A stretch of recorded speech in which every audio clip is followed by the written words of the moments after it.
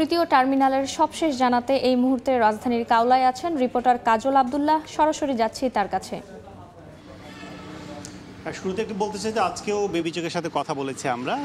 মোদ্দা কথা হচ্ছে যে এই বছর থার্ড টার্মিনাল অর্থাৎ তৃতীয় টার্মিনাল হজরত শাহজালাল আন্তর্জাতিক বিমানবন্দর সেটি কিন্তু চালু হচ্ছে না। আগামী বছরের মাঝামাঝিও কিন্তু এটি সম্ভব হবে না, এবং শেষের দিকে যদি সম্ভব হয় সব কিছু মিলিয়ে তাহলে কিন্তু সেটা পসিবল উদ্বোধন করে এমনটি জানিয়েছে বেবি চোখ।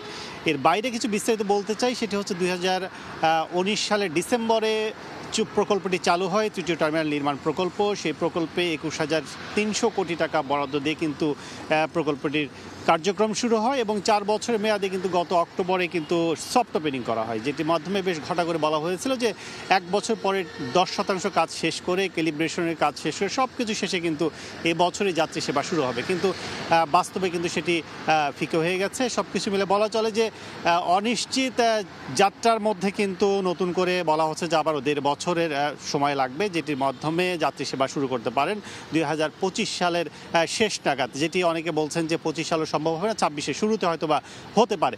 এখন যে কাজগুলো বাকি আছে সেটি একটু বলতে চাই, সেটি হচ্ছে ক্যালিব্রেশনের কাজ, মেশিন টু মেশিন সংযোগের কাজ, এবং সবচেয়ে বড় ব্যাপার যে নান্দনিক বিমানবন্দরকে আরও বেশি সহজ এবং সেবায় যে অত্যাধুনিক একটা অবস্থা সেটি কিন্তু ব্যবস্থার জন্য এখন যে গ্রাউন্ড হ্যান্ডলিং অর্থাৎ বিভিন্নভাবে যাত্রী থেকে শুরু করে গ্রাউন্ড হ্যান্ডলিংয়ের যে কার্যক্রম করে বিমান বাংলাদেশ এয়ারলাইন্স, সেই কার্যক্রমগুলো লাগেজ থেকে শুরু করে মালামাল টানা থেকে শুরু করে সেই কার্যক্রমের জন্য আরও অত্যাধুনিক এবং কম্পিটিশন যদি বলি প্রতিযোগী সেবার জন্য কিন্তু বাহিরের একটি সংস্থাকে এখানে পার্টনার করা হবে বিমানের সাথে গ্রাউন্ড হ্যান্ডলিংয়ে।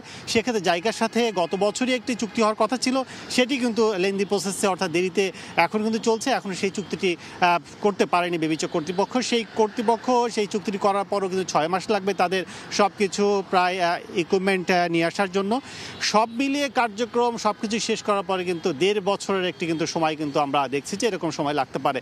তো সব মিলিয়ে নান্দনিক এই বিমানবন্দরকে চালু করলে অর্থনৈতিক থেকে শুরু করে বিভিন্নভাবে কিন্তু দেশ একটি উন্নত পথে এগোবে এবং এভিয়েশন খাতে জয়জয়কারী অবস্থান তৈরি হবে।